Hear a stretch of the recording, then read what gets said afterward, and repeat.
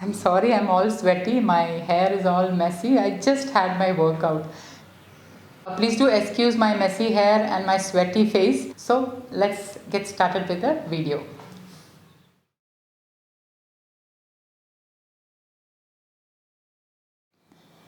To make foxtail millet dosha, into a bowl I'm adding in 1 cup of foxtail millet. Foxtail millet is also known as thenna in Malayalam.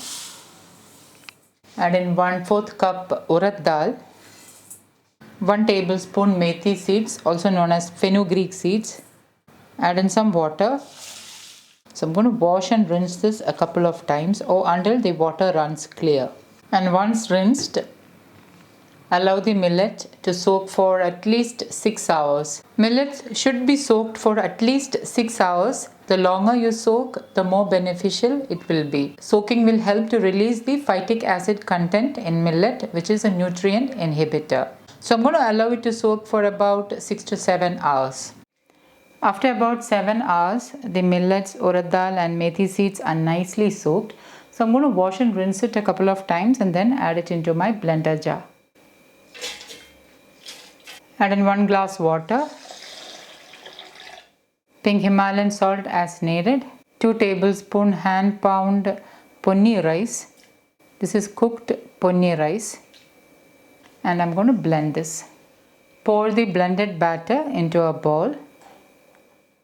Cover and allow it to ferment overnight or for about 8 to 10 hours. Hey guys, welcome back to another what I eat in a day when I'm intermittent fasting video. So I just had my workout. I like to work out early in the morning in a fasted state. I do 16 hours of fasting, which means I have an 8-hour eating window. While working out, I do have water as and when required. I'm sorry, I'm all sweaty. My hair is all messy. I just had my workout. Please do excuse my messy hair and my sweaty face. Like I mentioned, I just had my workout. So let's get started with the video. I prefer to break my fast with a healthy fat, with a good source of healthy fat. Sometimes I have turmeric tea with some desi ghee. But today I am in the mood of breaking my fast with a handful of cashew nuts. I have a handful of cashew nuts and I'm breaking my fast with cashew nuts, and along with that I'll also be having a glass of water. After about maybe 15 to 20 minutes later, I have a seasonal fruit as well before my breakfast. So the cashew nuts, water and a fruit is my first meal after fasting for 16 hours. 15 to 20 minutes later, I prefer to have a seasonal fruit. Sitafal is in season right now, and this is one of my favorite fruit. So I'm going to enjoy the fruit.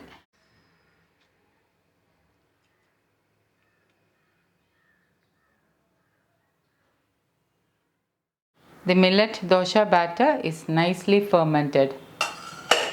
You can make soft spongy idlis and crispy doshas or set doshas with this batter. Today I am planning to make dosha with this batter. Along with this dosha batter, I had also set some vegan curd. This is cashew vegan curd. I have already shared the recipe. Please do check the recipe on my channel. So my vegan cashew curd is nicely set. It's thick and creamy. This is for my lunch. I'll be keeping this vegan curd in the refrigerator, and leftover dosha batter will also be kept in the fridge.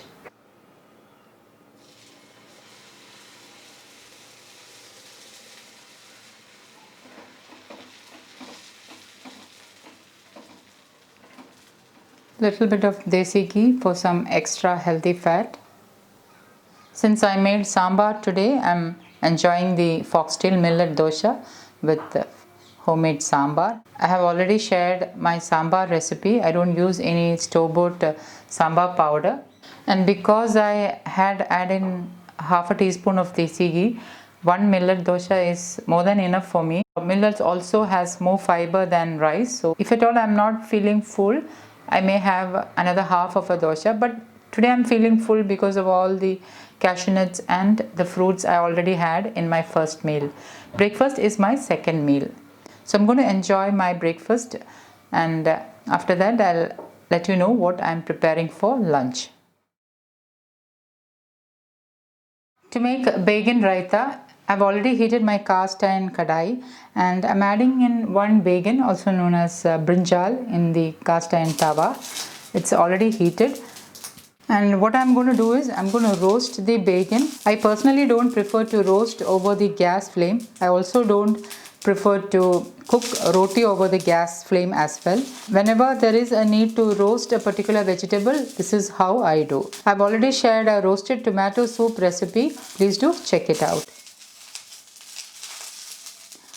And yes, it does take a little extra time than roasting over the flame. Also note that my cast iron kadai is well seasoned, hence it will not stick to the kadai. I've not added any extra oil. I'm just roasting the bacon, and once it is roasted, I'll be peeling off the skin. I usually use that small tender bacon to roast. This time I didn't get them in the local market, hence I'm using this medium-sized bacon. Make sure you roast all the 4 sides of the bacon. After about 5 minutes, you can notice that the bacon has started to get softer. So at this stage, what I'm going to do is I'm going to add in some garlic and a green chili. 4 to 5 garlic cloves and 1 green chili. Green chili you can increase or decrease, or you can totally omit it. I'm slightly on the spicier side, hence I prefer slightly spicy raita. And the roasted garlic will give a nice flavor to the raita. So on low flame, it will get ready in about 5 to 7 minutes. If you haven't tried roasting vegetables this way, please do try and see how tasty and flavorful it is, and so much healthier than roasting it over the gas flame. There is no hard cut rule for this bacon raita. You can just change as per your preference and taste. Okay, now the bacon has roasted well. You can see that the peel has started to come off, and the garlic and green chili are roasted as well. So I'm going to turn off the flame, transfer it to a plate.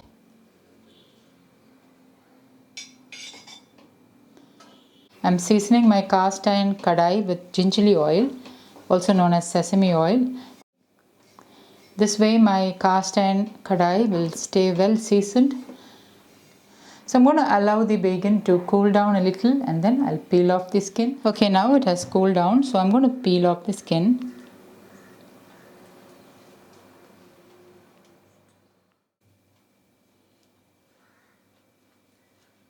Add the roasted garlic and green chili into a small stone grinder. You can also do this process in a small chutney grinder, and I'm crushing them.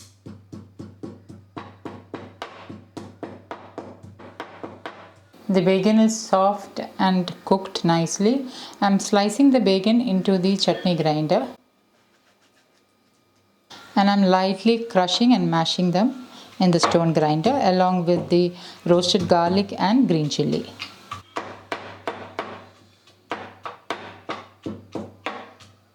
I'm adding in pink Himalayan salt as needed, and roasted jeera powder, half a teaspoon of roasted jeera powder, also known as cumin powder. And I'm giving this all a nice mix. Like I mentioned earlier, this bacon is not very tender, hence you can see the seeds. If you make this with tender and small bacon, it will be even more tastier. My vegan curd is thick and creamy. I made this with cashew nuts, soaked cashew nuts, and I fermented it overnight. You can check the recipe. Now when I'm making cashew curd again, what I do is I take about half a tablespoon of this curd as a starter and add it into the cashew milk. So I'm adding in the cashew curd as much as is required. 3 heaped tablespoons of cashew curd. I'm going to give this a nice mix. If you prefer, you can give a tadka with jeera and red chilies. Today I'm not in a mood for a tadka. I'm transferring it to a bowl. Sprinkling in roasted crushed whole red chili flakes. And my super healthy vegan bacon raita is ready to serve. Some wood pressed coconut oil, and once the oil is heated, add in jeera, whole red chilies, handful of sliced shallots,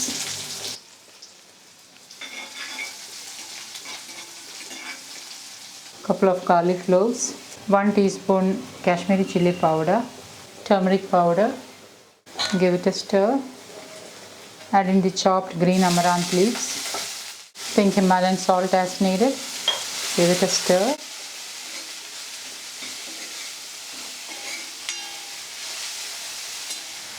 Pour in the cooked dal. Give it a stir.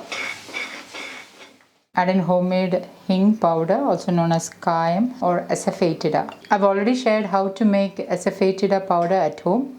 Please do check it out. And my super healthy green amaranth dal curry is ready to serve. I'm also making kapli wheat roti. I don't prefer to put the roti over the flame and puff it up. I like to do this on the tawa itself. Once the roti is nicely cooked, it will puff up. So there is no need to put it over the flame.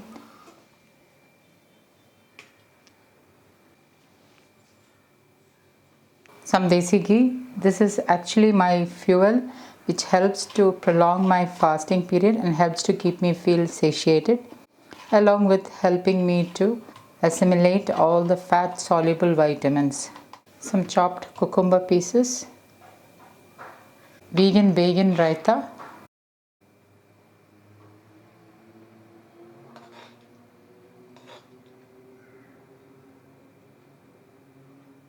for some healthy gut friendly probiotics, having some amla pickle.